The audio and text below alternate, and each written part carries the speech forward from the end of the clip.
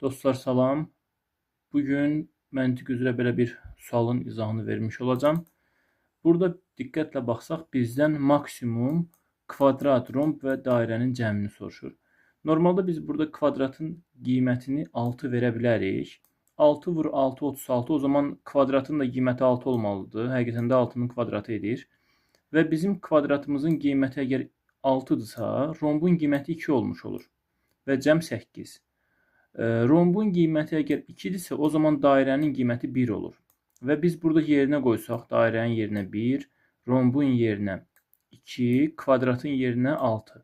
Bu zaman cəmin 9 olduğunu görürük. Amma diqqətlə baxsaq, maksimum soruşursa və yaxud fərqi yoxdur, minimum soruşursa, yadda saxlayın.